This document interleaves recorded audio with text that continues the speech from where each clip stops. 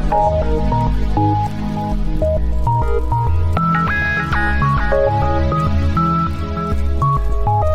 à la création des entreprises qui existent. Mesdames et messieurs, bonjour et bienvenue dans votre émission Sur la Voie, destinée aux jeunes porteurs de projets à fort impact sociétal. Aujourd'hui, comme à l'accoutumée, nous recevons deux porteurs de projets sur ce plateau. À ma gauche, Cécile Ania, diplômée en droit des affaires et en droit du numérique, promotrice également du projet Easy Legal. Bonjour Cécile. Bonjour Priscille. Bienvenue. Merci. À ma droite, nous prenons Roger Ouattara, diplômé en marketing et communication et également promoteur du projet High Level Music. Bonjour et bienvenue. Bonjour, Cécile. D'accord. Cécile, comme nous l'avons dit à l'entame de cette émission, vous êtes la promotrice du projet Easy Legal. Est-ce que vous pouvez nous en dire plus? Évidemment, tout d'abord, je tiens à remercier Diaspo Life qui nous donne l'occasion ici de nous exprimer sur nos différents projets. Pour ce qui me concerne particulièrement, comme vous l'avez dit tout à l'heure, je suis juriste en droit des affaires avec une spécialité en droit du numérique. Alors, le projet Easy Legal, c'est un projet de plateforme du numérique destiné à automatiser les documents de droit et aussi en même temps à accompagner les acteurs dans l'entrepreneuriat sur le plan juridique évidemment. Alors ce projet il vise principalement à permettre à tout jeune porteur de projet par exemple, à tout entrepreneur à avoir accès facilement à des documents juridiques à partir de son ordinateur, à partir d'une tablette, à partir d'un téléphone portable, bref, à partir d'un objet connecté. Alors, cette idée, disons que c'est une façon, une contribution pour moi à la facilitation de l'accès au droit, parce que nous savons que dans nos pays, il y a une difficulté au niveau de l'accès aux professionnels du droit. Par exemple, accéder à un avocat aujourd'hui au Cameroun, qui est mon pays, revient pour ce qui est de la rédaction par exemple des statuts à près de 300 000 francs, alors qu'avec cette plateforme, l'entrepreneur il peut avoir accès aux documents vraiment à moindre coût. On est capable de proposer des documents de très bonne qualité qui seront personnalisés et qui permettront donc à nos usagers de pouvoir faire plus sereinement de l'entrepreneuriat tout en étant légalement constitué. Alors, en termes clairement de solution, c'est une solution en termes de temps déjà, un gain en temps, un gain en argent, comme je le disais tantôt, et en même temps, ça permet aussi à nos différents clients, si je peux dire, de pouvoir plus facilement entreprendre et enlever cette partie-là de leur procédure et autres. Donc voilà, c'est à peu près cette solution. Et d'ailleurs, je tiens à inviter les uns et les autres à suivre de plus près les développements que nous sommes en train de faire, parce que nous pensons que c'est un projet qui va révolutionner la façon de voir le droit auprès des entrepreneurs, mais aussi auprès même des professionnels du droit, parce que c'est une innovation. D'accord. Voilà. Je suppose que ce projet-là, vous comptez le mettre en œuvre en Afrique, voilà, en destination des Africains. Et vous parliez précédemment de pouvoir avoir accès à ces documents ou bien à vos services à partir des smartphones ou d'un objet connecté. Donc, quelles sont vos stratégies en fait pour inciter les personnes en Afrique à utiliser vos services? Parce qu'on se rend compte que le taux de connexion n'est pas si élevé que ça. Donc, quels sont les mécanismes que vous allez adopter pour pouvoir garantir cette sécurité, voilà, au niveau de l'utilisation de votre service? Ok, c'est une très bonne question parce que ça nous permet aussi en même temps de faire un zoom sur nos clients potentiels, sur ceux que nous avons visés principalement, qui sont les entreprises. Alors, évidemment que pour nous, viser une plateforme de droit et pouvoir offrir ce principalement des entreprises qui utilisent déjà Internet, évidemment. Alors, donc, principalement, nous pensons que nos potentiels clients, c'est des personnes qui utilisent déjà Internet que nous avons clairement identifiées. Au Cameroun, par exemple, nous savons que nous avons une entreprise sur 4 qui utilise quotidiennement Internet. Donc, nous avons à peu près, si nous faisons une sorte de moyenne, à peu près 11 000 entreprises qui utilisent quotidiennement Internet au Cameroun. Et ce sont nos clients. Alors, évidemment que nous pouvons avoir des particuliers qui veulent, par exemple, créer leurs entreprises. Nous pouvons leur offrir ce service. Mais notre moyen principal de les atteindre est surtout celui des réseaux sociaux. Nous savons qu'il y a une très forte connectivité au niveau, par exemple, des plateformes comme Facebook. Nous pensons que nous allons atteindre les personnes intéressées au travers des réseaux sociaux, au travers, par exemple, de la création d'un blog qui va tenir les uns les autres très informés sur les évolutions du droit des affaires, sur les évolutions de l'entrepreneuriat au Cameroun et surtout de l'entrepreneuriat numérique. Et je pense aussi qu'en même temps, nous allons utiliser des moteurs de recherche en termes de référencement et autres qui vont permettre d'atteindre clairement notre cible. Ok, merci. Nous allons prendre actuellement Roger Ouattara. Vous êtes promoteur du projet High Level Music. Est-ce que vous pouvez nous en dire plus? D'abord, merci pour l'occasion que vous me donnez de m'exprimer sur notre projet. Il faut savoir que High Level Music est un projet qui est porté par 4 jeunes entrepreneurs qui ont décidé de se lancer dans le domaine de la musique. High Level Music est un projet de label musical qui a pour objectif de promouvoir la musique urbaine au Maroc. C'est un secteur qui connaît d'énormes potentiels, mais qui n'est pas encore professionnalisé. On constate qu'il y a beaucoup d'artistes qui évoluent dans l'informel, qui n'ont pas les structures pour les suivre. Et donc, High Level se propose de faire une solution pour ces artistes-là. Je suppose que ça, c'est le problème que vous avez identifié, qui a conduit à la mise en œuvre de ce projet-là. Comment est-ce que vous comptez résoudre ce problème C'est simple.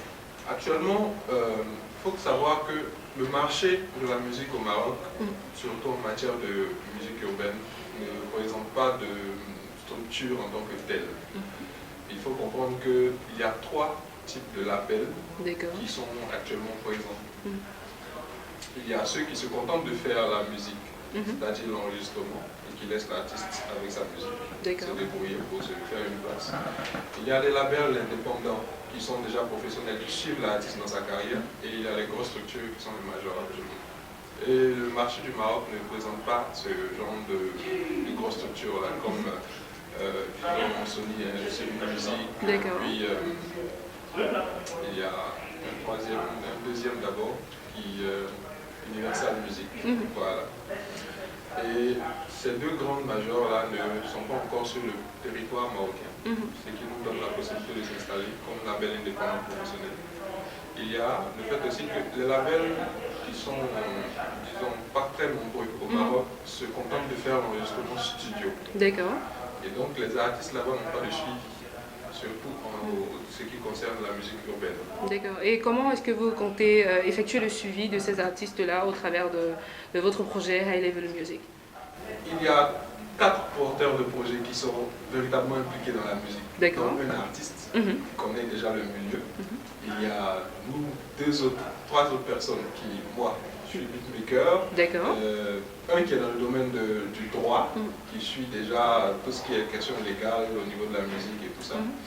Et donc, en plus de partenaires que nous avons déjà sur le terrain, qui nous permettent de faire des tournées et profiler la carrière d'un artiste là-bas, on a ces expériences-là, diverses, qu'on va converger pour pouvoir trouver des artistes à promouvoir comme il faut. Et à quel niveau se trouve votre projet actuellement et comment est-ce que vous comptez évoluer dans le temps et dans l'espace?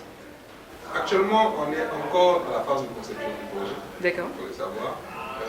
C'est un projet qui est né, je reviens là-dessus parce que c'est vraiment important pour nous, qui est né à partir de notre passion. On a tous notre passion, on a fédéré, on s'est retrouvés par un concours de circonstances et on a décidé de se lancer dans ce projet-là. Et donc actuellement, on est sûrement sur la phase de programmation, de mise en œuvre, de projection sur l'avenir avec ce projet. Mais c'est un projet qui nous tient à cœur et donc on met tout ce qu'il y a à l'intérieur de nous là-dedans. D'accord, merci. Nous allons souffler. Le temps de prendre sur ce plateau notre consultant en affaires publiques et en stratégie des organisations, Achille Mbouza.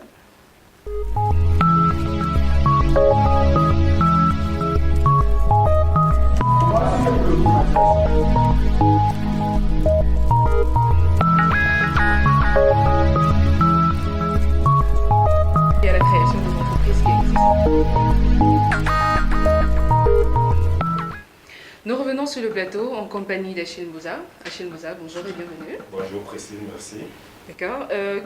Au regard de nos différents projets, parce que vous avez pu le constater, que tous ces projets sont en phase de création, quels sont donc les mécanismes d'appui à la création des entreprises qui existent? Alors déjà, avant de mettre sur pied une entreprise, il faut bien d'abord maîtriser le cadre légal dans lequel le projet ou l'entreprise compte évoluer. Et puis il faut également faire ce qu'on appelle la veille institutionnelle, c'est-à-dire prendre connaissance des différentes institutions qui accompagnent les entreprises qui évoluent dans votre domaine. Et c'est qu'en fonction de cela, vous pouvez maintenant savoir à quelle porte toquer. Et donc j'espère que nos deux porteurs de projet ont pris la peine de le faire. D'accord. Lorsque je parle, est-ce qu'il existe des dispositifs d'aide à la création d'entreprises dans nos différents pays africains? Bien sûr, c'est pour ça que je parle de la veille institutionnelle. Il existe effectivement des institutions. Au Cameroun, nous avons par exemple le Fonds national de l'emploi qui accompagne les jeunes porteurs de projets de création d'entreprise. Et c'est en fonction de votre domaine d'activité qu'on va vous attribuer un conseiller. Et donc, en dehors du Fonds national de l'emploi, vous avez le centre de formalité de création d'entreprise. C'est un dispositif institutionnel qui a été mis en place par le pouvoir public pour accompagner les jeunes porteurs de projets. C'est une forme de guichet unique. Vous pouvez en même temps rencontrer un notaire, en même temps rencontrer un conseiller fiscal et puis sortir de là avec votre entreprise créée en moins de 72 heures. D'accord. À côté de ces dispositifs d'aide à la création d'entreprises, nous constatons également l'apparition de nombreux incubateurs d'entreprises. Qu'est-ce qu'une jeune entreprise gagnerait à se faire incuber? Alors, les incubateurs font partie des accompagnateurs, c'est-à-dire c'est un prolongement de l'action publique qui a été initiée par le pouvoir public. Et donc, les incubateurs vous permettent de mieux mûrir votre projet, de mieux déterminer votre positionnement, de mieux cadrer votre cible pour que lorsque vous vous déployez sur le marché, vous ne soyez pas étouffé par ce qui existe déjà. Vous savez déjà, la concurrence n'est pas la chose la plus facile pour une jeune entreprise. Et du coup, si vous entrez sur le marché d'une mauvaise façon, sans être accompagné, sans avoir mûri votre projet, mais vous pouvez vous rassurer que vous n'allez pas faire un fonctionnement. Donc, un incubateur, justement, ça joue ce rôle, ça vous donne la maturité nécessaire pour affronter la concurrence. D'accord. Et au regard de tout ceci, nous avons deux projets. Un projet qui est dans le domaine juridique, un autre projet qui s'inscrit dans le domaine musical. Comment est-ce que ces projets-là peuvent impacter l'écosystème entrepreneurial en Afrique? Alors, je commencerai par le projet Easy Legal, je crois. Oui. Et à mon avis, c'est un projet très novateur. Très novateur parce que je crois que ce sera le premier projet de la sorte qui sera mis sur pied dans l'environnement des affaires camerounais. Et du coup, je m'y intéresse particulièrement. Toutefois, il faudrait savoir que tout ce qui concerne le droit doit être perçu sous un double aspect. Vous savez, le droit a la lettre et l'esprit. Alors sur le plan de l'esprit, de la lettre, le problème sera résolu, c'est-à-dire les textes disponibles. Mais au niveau de l'interprétation, c'est-à-dire l'esprit de la loi, il faudra nécessairement des accompagnateurs juridiques, c'est-à-dire des juristes d'entreprise, des avocats. Vous ne pouvez pas passer de ces avocats parce que, au-delà de ce que vous allez lire sur la plateforme, il vous faudra interpréter pour ne pas, parce que généralement, les détails, le diable se cache dans les détails. Et si vous n'avez pas à côté de vous un juriste avec qui vous pouvez poser des questions, vous risquez d'être confronté à de sérieuses difficultés. Et donc moi, je conseillerais plutôt à Cécile de mettre plutôt une plateforme qui puisse mettre en contact les professionnels du droit, c'est-à-dire que ce soit des avocats, des juristes de la paix, avec des porteurs de projets, que de vouloir, je peux dire, contourner ces professionnels du droit, parce que le problème ne sera pas résolu, sera tout simplement déplacé. D'accord. Et dans le domaine musical... Maintenant, pour ce qui est du projet High Level Music, à mon avis, si ce domaine n'est pas encore développé au Maroc, il y a nécessairement une raison. D'accord. Il y a une raison parce que le Maroc, c'est quand même une puissance en Afrique, une puissance économique, une puissance financière. C'est la première puissance financière en Afrique en termes de système bancaire. Et donc, si un projet n'est pas développé, sûrement il y a une raison. Et à mon avis, Marcel ferait mieux de faire également de la veille institutionnelle.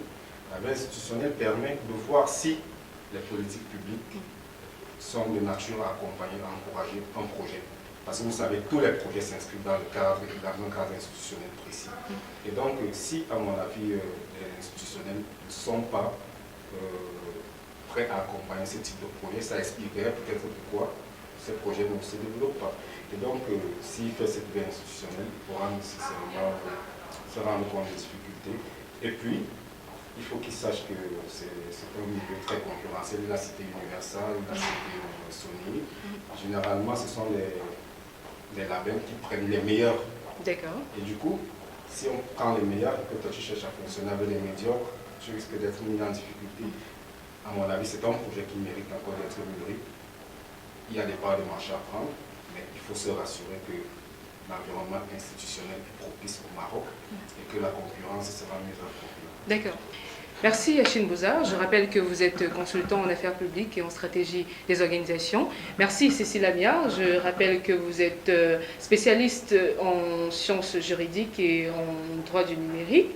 Également promotrice du projet Easy Legal. Merci Roger Ouattara. Je rappelle que vous êtes diplômé en marketing et communication et également promoteur du projet High Level Music. Merci à tous et à très bientôt sur notre plateau pour une autre émission.